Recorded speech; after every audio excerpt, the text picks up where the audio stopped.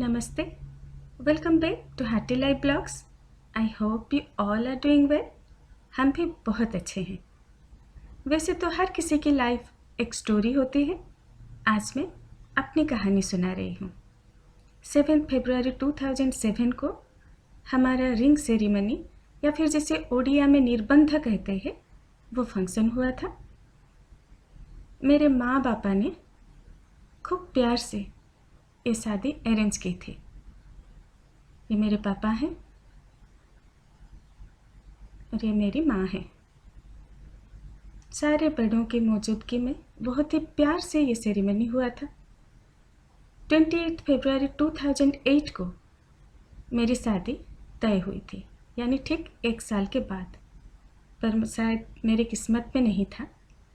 23 फरवरी को मेरे पापा का कार्डियक अरेस्ट से डेथ हो गया। I lost my father. फिर भी बड़ों के डिसीजन से शादी 14 दिन के बाद ही यानी 9 मार्च 2008 को करा दी गई। दुख का माहौल था, पर क्योंकि सिचुएशन ही कुछ ऐसी थी, दोनों तरफ पूरी तैयारी हो चुकी थी, इसलिए इस शादी को करा देना ही बड़ों ने सही समझा। जैसे तैसे भी हो, एक दिन में बहुत सारे काम हो गए। हस्बैंड की तरफ से भी उनके यहाँ जनेऊ संस्कार होना था, शादी के लिए मेहंदी हल्दी सब कुछ होना था। सब कुछ बहुत जल्दी जल्दी में 1 या 2 दिन में ही निपटाया गया। पर आज शादी के 15 सालों बाद मैं ये अच्छे से बोल सकती हूँ कि मैरिज इज ऑल अबाउट कंप्रोमाइजेस। आपको लाइफ में बहुत सारे कंप्रोमाइज़ करना आ जाए तो शादी निभाना आसान हो जाता है। शादी चाहे बहुत लेविश सेरेमनी से हो या फिर एक सीधी साधी से शादी, दोनों का मन मिलना बहुत ज़रूरी है। हम बेंगलुरु में, फिर दिल्ली एंड उसके बाद हैदराबाद में रह चुके हैं।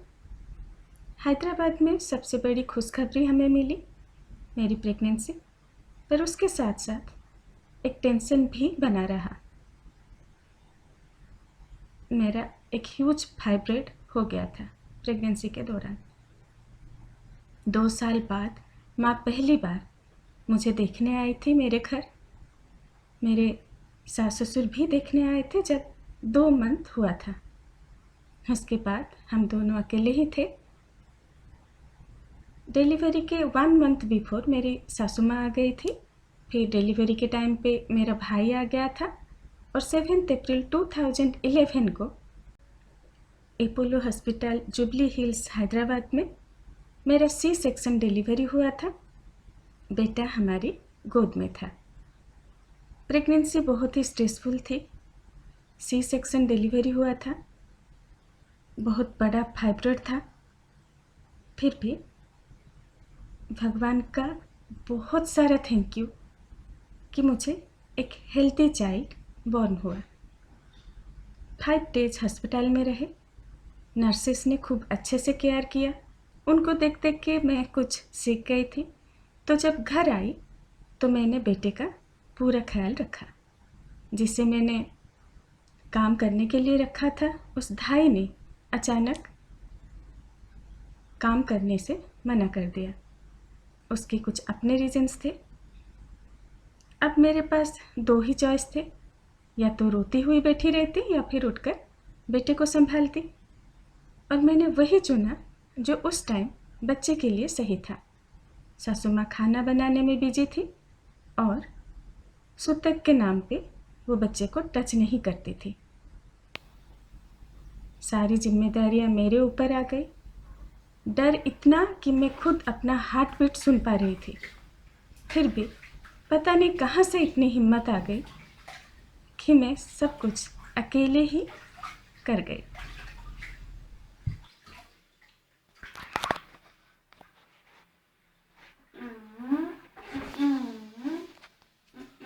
मेरे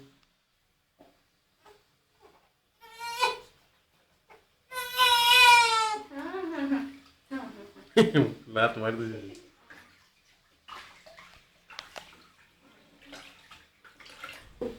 इससे पहले मैंने कभी भी इतने छोटे बच्चे को गोद में तक नहीं लिया था, तो उसका केयर करना मैं क्या जानूं। बस देखते देखते जो सीख पाई नर्सेस से, उसी तरह से मैं केयर करने लगी थी। कहते हैं बच्चे अपनी किस्मत लिखा के आते हैं। शायद बेटे के ही नसीब में था कि उसकी माँ ही उसका टोटल केयर करे। तो जैसे तैसे मैनेज करते हुए मैंने बेटे को पूरा केयर दिया। देखते ही देखते दिन बीतने लगे। 13 दिन के बाद सासू माँ चली गई। 15 दिन के बाद माँ आई। 1 मंथ के बाद मेरे भाइयों का जनेऊ संस्कार था, तो वो ज़्यादा दिन मेरे पास रुक तो नहीं पाई, पर मुझे बेटे का पूरा केयर करना सिखा के गई। उसको कैसे मालिश करना है, कैसे नहलाना है, कैसे खाना खिलाना है, सब कुछ सिखा के वो गई। और फिर थोड़ा सा भी कुछ इधर उधर हो तो हम तुरंत डॉक्टर के पास भागते थे। फिर डॉक्टर जैसे जो करने के लिए बोलते थे, हम ठीक वैसे वैसे करके बेटे का केयर करने लगे। उठ बैठ के काम करती रहती थी, इसलिए मेरे 2 स्टिचेस या फिर जो सुचर्स हुआ था वो खुल गए थे। उसका फिर ट्रीटमेंट हुआ, ब्लीडिंग रुक गई और फिर काम वैसे का वैसा चलता रहा। बेटा इतना प्यारा था कि धीरे धीरे उसकी एक्टिविटीज़ देख देख के मेरे दिन गुजरने लगे। इनसे जितना हो पाया उतना उन्होंने मेरा साथ दिया। बच्चे को खूब अच्छे से वो रख लेते थे जब मैं घर के कामों में बिजी रहती थी। पर हाँ, जब सूसू पोटी आ जाए तो वो चिल्ला के बुलाते थे, जल्दी आओ, भाग के आओ। वो सब इनसे नहीं हुआ, कभी भी नहीं। पर उसका हंसना, उसका पलटना, उसके टीथ निकलना, जैसे ही सारे एक्टिविटीज़ होते रहे, हम सब कुछ डायरी में लिखते गए और सीधा डॉक्टर के पास भाग कर जाते थे। जब डॉक्टर एक बार बोल दें कि सब कुछ ठीक है, तब शांत हो जाते थे, या फिर ये कहूँ दिल को तसल्ली मिल जाती थी, हम दोनों को ही, कि हाँ हम सब ठीक कर रहे हैं। प्रेगनेंसी में मैं जिनसे कंसल्ट करती थी डॉक्टर से, उन्हीं के हस्बैंड ही पेडियाट्रिशियन थे, तो उन्हीं से बेटे की सारी पूछताछ हम करते थे और वो बहुत प्यार से, बहुत अच्छे से हमको समझाते थे।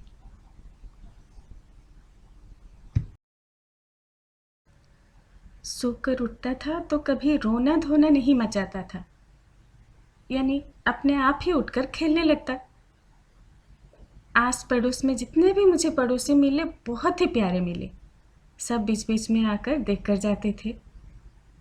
और क्योंकि ज़्यादा रोता धोता नहीं था, तो कभी कभी उनको डाउट भी होता था कि मैं घर में हूँ या फिर गांव चली गई। धीरे धीरे बेटा बड़ा होता गया और मैं अपनी सारी परेशानियाँ भूलती चली गई। हेल्थ धीरे धीरे डाउन हो रहा था, पर मुझे कहाँ खबर थी, मुझे तो बस अपना काम ही करना था। ऐसा ही होता है, हम इतना सारा काम करते हैं, बच्चों को पूरे दिन हम संभालते हैं और जैसे ही पापा आ जाएं, बच्चे पापा के साथ चिपक जाते हैं। वैसे तो हम दोनों ही घर में थे और मुझे घर का बाकी का भी काम देखना था, इसलिए मैं ज़्यादा से ज़्यादा टाइम उसको रेडी करके पापा के साथ ही छोड़ती थी। और अगर ऑफिस चले गए तो उसको गोद में लेके ही मैं खाना बनाती रहती थी। सारा का सारा काम, मतलब झाड़ू भी करूं तो वो गोदी में होगा, और सोना तो जैसे बहुत ही कम, 1 आवर अगर दिन में सो लिया तो वो काफ़ी है। मेरी टायर्डनेस बढ़ती जा रही थी, पर जैसे ही बच्चे सोते हैं हम कहाँ सो पाते हैं, उठकर फिर से घर का सारा काम कंप्लीट करना है। ऐसे करते करते दिन निकलते चले गए। बेटे को जब 7 मंथ हुआ था तो मैं अचानक से फूल के 2 गुना हो गई थी। मेरे सारे नर्वस सिस्टम डाउन हो गए थे। हमने जब डॉक्टर को कंसल्ट किया तो उन्होंने थायराइड का मेडिसिन स्टार्ट करने के लिए बोला। और फिर किसी न्यूरोलॉजिस्ट से दिखाने के लिए बोला। मैं कुछ भी पकड़ नहीं पाती थी, मेरे टॉन्ग ट्विस्ट नहीं हो पाते थे, यानी मैं तुतला के बोलती थी और आँखों की पलकें अपने आप गिर जाती थी। इतना ज़्यादा वीकनेस था। पहली बार हम 8 मंथ में घर गए थे अन्नप्राशन करने के लिए। गांव में उसका अन्नप्राशन हुआ, जो भी सारा पूजा पाठ था वो सब करना था। बहुत दिनों बाद गई थी, इसलिए थोड़ा सा डर था कि ट्रैवल करते वक्त बेटा कैसे रिएक्ट करेगा, पर ये तो सबके पास जाता था बचपन से ही, क्योंकि आसपास बहुत सारे बच्चों को देखता था और बाकी फैमिलीज़ के साथ घुलता मिलता था। आस पड़ोसी में सबके पास हो जाता था, इसलिए कभी भी फेस पहचानना या फिर इसके पास नहीं जाना या फिर उसके साथ मिलना नहीं है, ऐसा कभी किया ही नहीं। वो जो मिलनसार बच्चे होते हैं, जो इजीली घुल मिल जाते हैं, बेटा हमेशा ऐसा ही था। बेटा हर बात में अपने पापा की कॉपी ही बन रहा था। ये देखिए, सोने का पोजीशन हमेशा एक जैसा। अरे तेरे नाम पूछ, यानी वो हेयर ऐसे लॉन्ग हो गया था कि आंखों में आए तो रोना धोना स्टार्ट, और चोटी बनाओ तो उसका रोना अलग। कभी कभी पड़ोसी अगर पहली बार देखें तो पूछते थे ये लड़का है या लड़की। और उसका फेवरेट कार्टून कैरेक्टर छोटा भीम। छोटा भीम देखते देखते ही वो बड़ा हुआ है। कभी भी एक पेपर या फिर अपनी किताब फाड़ना नहीं किया, ना तो खिलौने तोड़ता था ना तो कुछ। बच्चों के साथ घुल मिलकर बहुत अच्छे से खेलता रहता था। अगर मैं क्लियर बोलूं तो बेटा इतना शांत था, इसलिए मैं उसको संभाल पाई, वरना घर के सारे कामों के साथ बच्चों को संभालना कोई इजी टास्क नहीं है। और देखते ही देखते 1 साल कंप्लीट हो गया। बेटे का फर्स्ट बर्थडे हमने हैदराबाद में ही मनाया था। घर से मामा बाबा आए थे, मेरा भाई आया था, मेरे जीजा जी आए थे, और वहाँ हैदराबाद में हमारे जितने भी फ्रेंड सर्कल हैं सब आए थे। इनके ऑफिस स्टाफ भी आए थे। बहुत ही प्यार से हमने ये बर्थडे सबके साथ मिलकर सेलिब्रेट किया। ये कहानी आगे नेक्स्ट वीडियो में भी जारी रहेगी। मिलते हैं अगले वीडियो में, तब तक के लिए प्लीज़ सब्सक्राइब कर लीजिए, और हाँ, बेल आइकन को ज़रूर प्रेस कीजिएगा ताकि सारे वीडियोस की नोटिफिकेशंस आपको जल्दी से मिल जाए। Keep smiling, bye bye.